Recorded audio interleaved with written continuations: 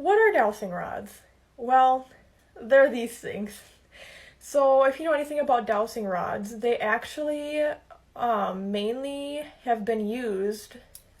I was gonna say throughout history. I don't know how long they've been around, but they used to be primarily only used for finding water sources. Especially people who are like electricians, people who work in that similar sort of field can see, or I don't know if you're lost somewhere, you can be like, "Where's water? I need water." But mainly people for work purposes are like, "Where's the water?"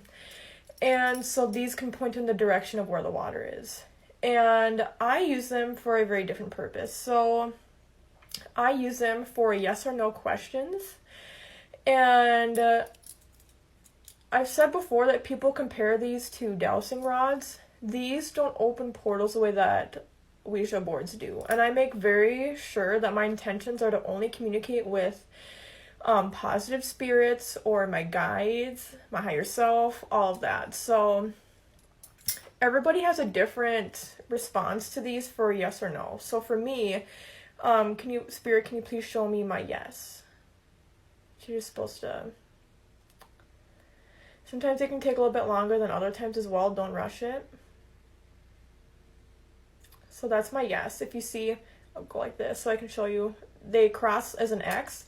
For my mom, it is the opposite. This means no for her, if I remember correctly. Especially if you live in the southern hemisphere, likely this will be your no, and outward would be yes. But outward for me is my no. So Spirit, can you please show me no?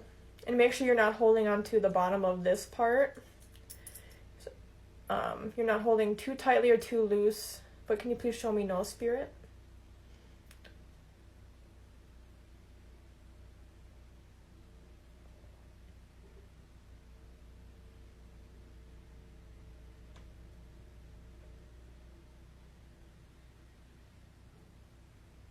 Yeah, so that's my nose when they point outward.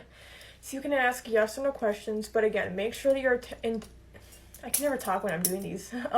Make sure that your intentions are very clear, that you only communicate with positive spirits, spirits of the light, no negative spirits.